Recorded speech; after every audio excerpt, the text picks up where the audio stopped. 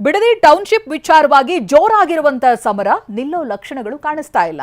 Township ಚರ್ಚೆಗೆ DK ಇಂದು ready ಅಂತ ಹೇಳಿದ್ರು, ಆದ್ರೆ ಕುಮಾರಸ್ವಾಮಿ ನಾಳೆ ಬನ್ನಿ ಅಂತ ಪಂಥಾಹ್ವಾನ ನೀಡಿದ್ದಾರೆ. ಈ ನಡುವೆ ಬೈರಮಂಗಲದಲ್ಲಿ ಯೋಜನೆ ವಿರೋಧಿಸಿ ರೈತ ಸಂಘಟನೆಗಳು ಪರ ವಿರೋಧವಾಗಿ ಪ್ರತಿಭಟನೆ ಮಾಡಿದ್ದಾರೆ.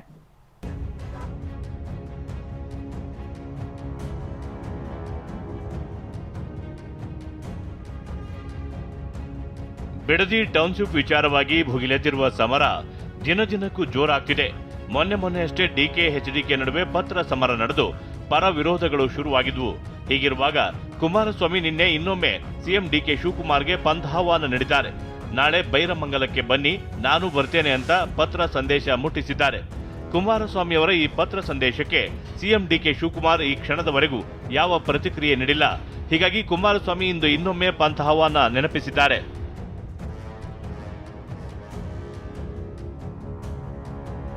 ನಾಳೆ ಮಧ್ಯಾಹ್ನದ ತನಕ ನಾನು ಬೈರಮಂಗಲದಲ್ಲಿ ಕಾಯುತ್ತೇನೆ. ರೈತರಿಗೆ ಬಲವಂತ ಬೇಡ, ಒಪ್ಪಿದ್ರೆ ಸಮಸ್ಯೆ ಇಲ್ಲವೆಂದ ಎಚ್ಡಿಕೆ. ಬಿಡದಿ ವಿಚಾರವಾಗಿ ಸರ್ಕಾರಕ್ಕೆ ಕುಮಾರಸ್ವಾಮಿ ಇಂದು ಕೂಡ ಒಂದಿಷ್ಟು ಸಂದೇಶಗಳನ್ನು ಮುಟ್ಟಿಸಿದ್ದಾರೆ. ಟೌನ್ಶಿಪ್ ಮಾಡೋಕೆ ರೈತರು ಒಪ್ಪಿದ್ರೆ ತಮ್ಮದೇನು ತಕರಾರು ಇಲ್ಲ, ಆದರೆ ಅವರಿಗೆ ಬಲವಂತ ಮಾಡಬೇಡಿ. ನಮ್ಮ ಹೋರಾಟ ಡಿಕೆ ವಿರುದ್ಧ ಅಲ್ಲ. ಈ ಬಗ್ಗೆ ಚರ್ಚೆಗೆ ನಾಳೆ ನಾನು ಸಿಎಂಗೆ ಆಹ್ವಾನ ನೀಡುತ್ತೇನೆ ಅಂತ ಹೇಳಿದರು. ನಾಳೆ ನಾನು ಏನು ಸಮಯ ಕೊಟ್ಟಿದ್ದೆ, ರೈತರ ಜೊತೆಯಲ್ಲೇ ಕೂತು ಚರ್ಚೆ ಮಾಡೋಕ್ಕೆ ಹೋಗ್ತೀನಿ. ಬಂದರೆ ಅವರು ಬರ್ಬೋದು, ಹೇಳಿದ್ದೀನಿ, ರಿಕ್ವೆಸ್ಟ್ ಮಾಡಿದ್ದೀನಿ. ಬಂದರೆ ಒಳ್ಳೆಯದು. ಇದು ಸ್ಮೂತಾಗಿ ಆಗಬೇಕು.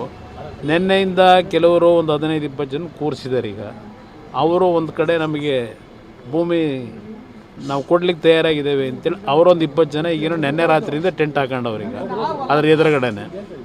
ಅದು ನನಗೆ ಗೊತ್ತಾಗ್ತದೆಲ್ಲ, ಅರ್ಥ ಆಗ್ತದೆ. ಇನ್ನು ಯಾವ ಕಾರಣಕ್ಕೋಸ್ಕರ ಇವೆಲ್ಲ ಒಳಗಡೆ ನಡೀತಿದೆ, ಅದರ ಬ್ಯಾಕ್ಗ್ರೌಂಡ್ ಏನು ಎಲ್ಲ ನಾನು ಅರ್ಥ ಮಾಡ್ಕೊಂಡಿದ್ದೀನಿ. ಇಲ್ಲಿ ನನ್ನ ಪ್ರಶ್ನೆ, ಇಲ್ಲಿ ಶಿವಕುಮಾರ್ ಅವರ ಈ ರಾಜ್ಯದ ಮುಖ್ಯಮಂತ್ರಿಗಳ ವಿರುದ್ಧ ನನ್ನ ಹೋರಾಟ ಅಲ್ಲ.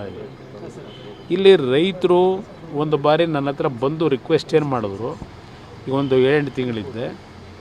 ಅದರ ಆಧಾರದ ಮೇಲೆ ರೈತರು ನಾವು ಭೂಮಿ ಕೊಡಲಿಕ್ಕೆ ತಯಾರಾಗಿಲ್ಲ ಅನ್ನೋದು ಮೆಜಾರಿಟಿ ಒಪಿನಿಯನ್ ಏನಿದೆ.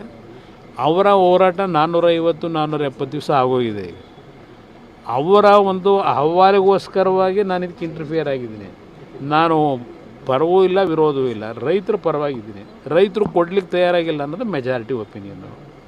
ಅದರಿಂದ ಇದರಲ್ಲಿ ಪ್ರತಿಷ್ಠೆ ಇಲ್ಲ ಅನ್ನೋದು ನಾನು ಪದೇ ಹೇಳ್ತಾ ಇದ್ದೀನಿ. ಈಗ ರೈತರೆಲ್ಲ ಒಪ್ಕೊಂಡ್ರೆ ನಂದೇನು ಅಬ್ಜೆಕ್ಷನ್ ಇಲ್ಲ, ಧಾರಾಳವಾಗಿ ಮಾಡ್ಕೊಳ್ಳಿ. ಆದರೆ ಬಲವಂತ ಮಾಡಿ ರೈತರುಗಳನ್ನು ಬೇರೆ ಬೇರೆ ರೀತಿ ನೀವು ಅವ್ರನ್ನ ಎದುರಿಸ್ತಕ್ಕಂಥದ್ದಕ್ಕೆ ಹೋದ್ರೆ ಉಪಯೋಗ ಬರೋದಿಲ್ಲ. ಪ್ರೀತಿಯಿಂದ ಮಾಡಬೇಕು ಕೆಲಸ, ಏನೇ ಮಾಡಿದ್ರು ಪ್ರೀತಿಯಿಂದ ಮಾಡಬೇಕಾಗ್ತದೆ. ವಿರೋಧ ಇದ್ದಾಗ ಯಾತಕ್ಕೆ ಆಟ? ಇದು ನನ್ನ ಪ್ರಶ್ನೆ. ನಿಖಿಲ್ ಕುಮಾರಸ್ವಾಮಿ ಮಾತನಾಡಿ, 4 ಗೋಡೆ ಮಧ್ಯೆ ಸಮಸ್ಯೆ ಚರ್ಚೆ ಮಾಡಿದ್ರೆ ಇತ್ಯರ್ಥ ಆಗೋದಿಲ್ಲ. ರೈತರ ಮಧ್ಯೆ ಚರ್ಚೆ ಮಾಡಿ ಬಗೆಹರಿದ್ರೆ ಉತ್ತಮ ಅಂತ ಹೇಳ್ತಿದ್ದಾರೆ. ನಾವು 4 ಗೋಡೆ ಮಧ್ಯೆ ಕೂತ್ಕೊಂಡು ಏನೇ ಚರ್ಚೆ ಮಾಡಿದ್ರು ಇದು ಇತ್ಯರ್ಥ ಆಗ್ತಕ್ಕಂಥ ವಿಚಾರ ಅಲ್ಲ. ಇಲ್ಲಿ ಆತಂಕ, ಗೊಂದಲ ಇವೆಲ್ಲ ಸೃಷ್ಟಿಯಾಗಿರ್ತಕ್ಕಂಥದ್ದು ರೈತರ ಮಧ್ಯೆ. ಹಾಗಾಗಿ ರೈತರ ಮಧ್ಯೆನೇ ಕೂತ್ಕೊಂಡು ಇದನ್ನು ಬಗೆಹರಿಸಿದ್ರೆ ಉತ್ತಮ ಅಂತಕ್ಕಂಥದ್ದು ಸನ್ಮಾನ್ಯ ಕುಮಾರಣ್ಣ ಅವರ ಆಲೋಚನೆ ಏನಾಗಿತ್ತು, ಅದ್ರ ಪ್ರಕಾರವಾಗಿ ಪತ್ರ ಬರೆದಿದ್ದಾರೆ. ಆದರೆ ಇಲ್ಲಿವರೆಗೂ ರಿಪ್ಲೈ ಬರಲಿಲ್ಲ. ಬಹುಶಃ ಅವರು ಮುಖ್ಯಮಂತ್ರಿಗಳು ಬ್ಯುಸಿ ಇರ್ತಾರೆ. ಸನ್ಮಾನ್ಯ ಕುಮಾರಣ್ಣ ಅವರು ರೈತರ ಪರವಾದಂಥ ಕಮಿಟ್ಮೆಂಟ್ ಇರ್ತಕ್ಕಂಥ ವ್ಯಕ್ತಿ.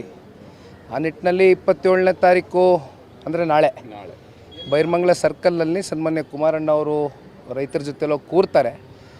ಮುಖ್ಯಮಂತ್ರಿಗಳಿಗೂ ಆ ವಿಚಾರ ತಿಳಿಸಿದ್ದಾರೆ. ಮುಖ್ಯಮಂತ್ರಿಗಳು ಕೂಡ ಬಂದು ಭಾಗಿಯಾಗಿ ಕೂತ್ಕೊಂಡು, ನಾನು ಅವತ್ತು ಹೇಳಿದ್ದೀನಿ, ಮೊನ್ನೆ ದಿನ ಯಾರು ಪಾಣಿದಾರರಿದ್ದಾರೆ, ಅವರ ಆಧಾರ್ ಕಾರ್ಡ್ ಹೋಲ್ಡರ್ಸ್ ಇದ್ದಾರೆ ಅಂಥ ರೈತರನ್ನ ಕೂರಿಸ್ಕೊಳ್ಳಿ.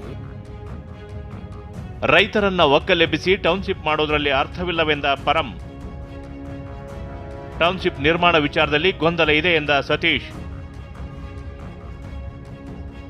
ಟೌನ್ಶಿಪ್ ವಿಚಾರವಾಗಿ ಪರಮೇಶ್ವರ್, ಸತೀಶ್ ಬ್ಯಾಲೆನ್ಸಿಂಗ್ ಹೇಳಿಕೆ ಕೊಟ್ಟಿದ್ದಾರೆ. ರೈತರನ್ನ ಒಕ್ಕಲೆಬ್ಬಿಸಿ ಟೌನ್ಶಿಪ್ ಮಾಡೋದ್ರಲ್ಲಿ ಅರ್ಥವಿಲ್ಲ ಅಂತ ಪರಮೇಶ್ವರ್ ಹೇಳಿದ್ರೆ, ಸತೀಶ್ ಗೊಂದಲ ಇರೋದನ್ನು ಒಪ್ಪಿಕೊಂಡಿದ್ದಾರೆ. ನಾನು ಮೊದಲೇನೂ ಹೇಳಿದ್ದೇನೆ, ರೈತರಿಗೆ ಒಕ್ಕಲೆಬ್ಬಿಸುವಂಥ ಕೆಲಸ ಮಾಡೋದಿಲ್ಲ.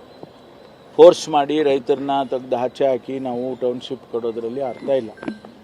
ಅವರನ್ನು ವಿಶ್ವಾಸಕ್ಕೆ ತೆಗೆದುಕೊಂಡು ಕನ್ಸೆಂಟ್ ಆಗಿ ಅವರ ಕನ್ಸೆಂಟ್ ತಗೊಂಡು ಅದನ್ನು ಆ ಜಮೀನುಗಳನ್ನು ತೆಗೆದುಕೊಂಡು ಮಾಡುವಂಥದ್ದನ್ನು ಈಗ ಮುಖ್ಯಮಂತ್ರಿಗಳಾಗಲೇ ಸೂಚನೆಯನ್ನು ಕೊಟ್ಟಿದ್ದಾರೆ. ನಮ್ಮ CM ಅವ್ರು ಹೇಳೋದು ಹಿಂದಿನ ಸರ್ಕಾರದಲ್ಲಿ ಆಗಿತ್ತು, ಅವ್ರು ಯಾಕೆ ಮಾಡಿಲ್ಲ ಅನ್ನೋದು ಅವರ ವಾದ. ನೀವು ರದ್ದು ಮಾಡಬೇಕಿತ್ತಲ್ಲ, ಈಗ ಯಾಕೆ ಮಾಡ್ತಾ ಇಲ್ಲ ಅಂತ ಅವ್ರ ವಾದ. ಸೊ ಗೊಂದಲ ಅಂತ ಇದೆ. ಅದು ಹೆಂಗೆ ಅವರಿಷ್ಟು ಪರಿಹಾರ ಮಾಡ್ತಾರ ನೋಡೋಣ. ಶೀಘ್ರದಲ್ಲೇ ಹೋರಾಟ ಎಂದ BY ವಿಜಯೇಂದ್ರ. ಬೆಡದಿ ಟೌನ್ಶಿಪ್ ವಿರುದ್ಧ ಹೋರಾಟ ಮಾಡುವುದಾಗಿ ವಿಜಯೇಂದ್ರ ಸುಳಿವು ಕೊಟ್ಟರು. ಪ್ರತಾಪ್ ಸಿಂಹ ಮಾತನಾಡಿ, ಇದು ಸರ್ವಾಧಿಕಾರ ಅಲ್ಲ ಅಂತ ತಿರುಗೇಟು ಕೊಟ್ಟಿದ್ದಾರೆ. ನಾನು ಇವತ್ತು ಕೂಡ ವಿಪಕ್ಷ ನಾಯಕರು ಆರ್ ಅಶೋಕ್ ಜೊತೆ ಚರ್ಚೆ ಮಾಡಿದ್ದೇನೆ. ಇನ್ನೊಂದು 2 ದಿನದಲ್ಲಿ ನಮ್ಮ ಹೋರಾಟ ಹೇಗಿರಬೇಕು, ಏನು ಮಾಡಬೇಕು ಅದನ್ನು ಕೂಡ ನಾನು ಚರ್ಚೆ ಮಾಡಿದ್ದೇನೆ. ನಾನು ಇವತ್ತು ಕೂಡ ವಿಪಕ್ಷ ನಾಯಕರು ಆರ್ ಅಶೋಕ್ ಜೊತೆ ಚರ್ಚೆ ಮಾಡಿದ್ದೇನೆ. ಇನ್ನೊಂದು 2 ದಿನದಲ್ಲಿ ನಮ್ಮ ಹೋರಾಟ ಹೇಗಿರಬೇಕು, ಏನು ಮಾಡಬೇಕು ಅದನ್ನು ಕೂಡ ನಾನು ಚರ್ಚೆ ಮಾಡಿದ್ದೇನೆ. ನಾನು ಮಾಡೇ ತೀರ್ತೀನಿ ಅಂತ ಹೇಳೋಕ್ಕೆ ಇದೇನು ಸರ್ವಾಧಿಕಾರ ಅಲ್ಲ ಸರ್. ಇದು ಇಂದಿರಾ ಗಾಂಧಿ ಸತ್ತೋಗಿ ಭಾಳ ವರ್ಷ ಆಯಿತು ಸರ್. ಇದು ನೀವು ಆ ಸರ್ವಾಧಿಕಾರಿ ಧೋರಣೆಯನ್ನು ತೋರ್ಬೇಡಿ. ನಾನು ಅಭಿವೃದ್ಧಿಯ ವಿರೋಧಿ ಅಲ್ಲ ನಾನು. ಯಾಕಂದರೆ ಬೆಂಗಳೂರು ಮೈಸೂರು ಹೈವೇನ ಎಲ್ಲ ವಿರೋಧಗಳ ನಡುವೆನೂ ಮಾಡಿಸಿದವನು ನಾನು. ಹಾಗಾಗಿ ನಾನು ವಿರೋಧಿಸಕ್ಕೆ ಹೋಗಲ್ಲ. ಆದರೆ ರೈತರ ಇಚ್ಛೆಗೆ ವಿರುದ್ಧವಾಗಿ ಅವ್ರ ಜಮೀನನ್ನು ಕಿತ್ಕೊಳ್ಳುವಂಥದ್ದು ತಪ್ಪು.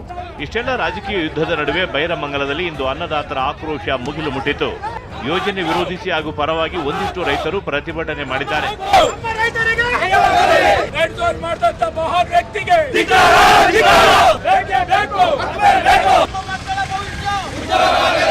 ಈ ಹೋರಾಟ ಏನಕ್ಕೆ ಅಂದರೆ ಅಲ್ಲಿ ನಮ್ಮ ಅಪೋದ ಮಾಡ್ತಾ ಇರೋದು ಭೂಮಿ ಕೊಡುವಂಥವ್ರು 10 ಜನ ಇಲ್ಲ ಅಂತಿದ್ರು, 10 ಜನ ಇಲ್ಲ ಅಂತಿದ್ರು. ಇವತ್ತು 100 ಜನ ಇದ್ದೀವಿ. ಅದಕ್ಕೋಸ್ಕರ ಈ ಪ್ರೊಟೆಕ್ಟ್ ಮಾಡ್ತಾ ಇರೋದು. ಬೆಡದಿ ಕದನದಲ್ಲಿ HDK ಇನ್ನೊಮ್ಮೆ ಪಂಥಾವನ್ನ ಕೊಟ್ಟಿದ್ದಾರೆ. ಈ ಪತ್ರಕ್ಕೆ CM DK ಯಾವ ರೀತಿ ಉತ್ತರ ಕೊಡ್ತಾರೋ ಅಥವಾ ನಾಳೆ ಬೈರಮಂಗಲಕ್ಕೆ ಹೋಗ್ತಾರೋ ಕಾದು ನೋಡಬೇಕಿದೆ. Bureau report TV9.